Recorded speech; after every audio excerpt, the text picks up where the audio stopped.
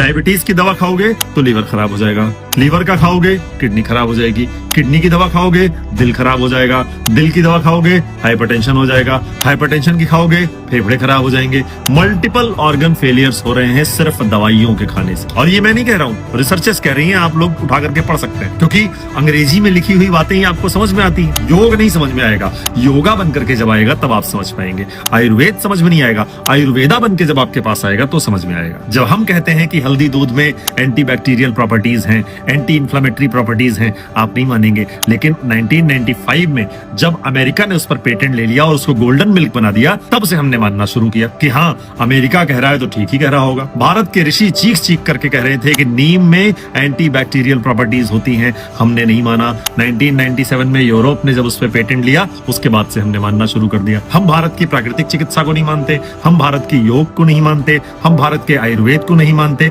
लेकिन हम विदेशों से आए हुए अभी 100-150 साल पहले खोजे गए एलोपैथिक चिकित्सा को पूरा मानते हैं, जिसमें हर 5 साल में 10 साल में कोई ना कोई दवाई बैन होती है। और न सिर्फ बैन होती है, साथ ही साथ ये गाइडलाइंस दी जाती हैं कि ये दवा मत खाना, नहीं तो गंभीर परिणाम हो सकते हैं।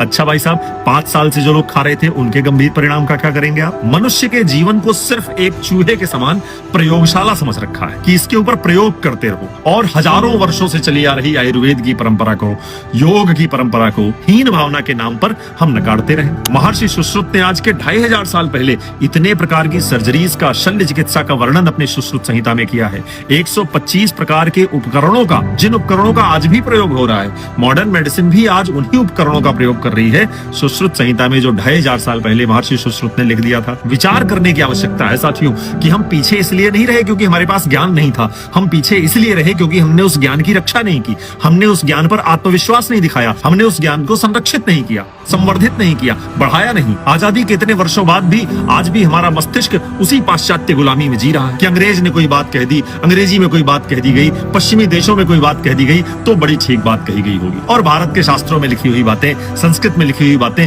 ये सब तो फालतू की बातें हैं, सब पोंगा पंडितों वाली बातें। इस मानसिकता से तो निकलना पड़ेगा, अन्यथा स्वास्थ्य की रक्षा नहीं हो पाएगी। जैसा आयुर्वेद कहता है, स्वस्थस्य स्वास्थ्य रक्षणम अधुरस्य विकार प्रशमनम। स्वस्थ व्यक्ति के स्वास्थ्य की रक्षा, और जो आर्त हैं, जो पीड़ित हैं, जो बीमार हैं, उनको उनके बीमारियों से दूर करना, मुक्त करना उनके रोगों से। इस लक्ष्य की प्राप्ति गुलामी की मानसिकता से नहीं हो सकती।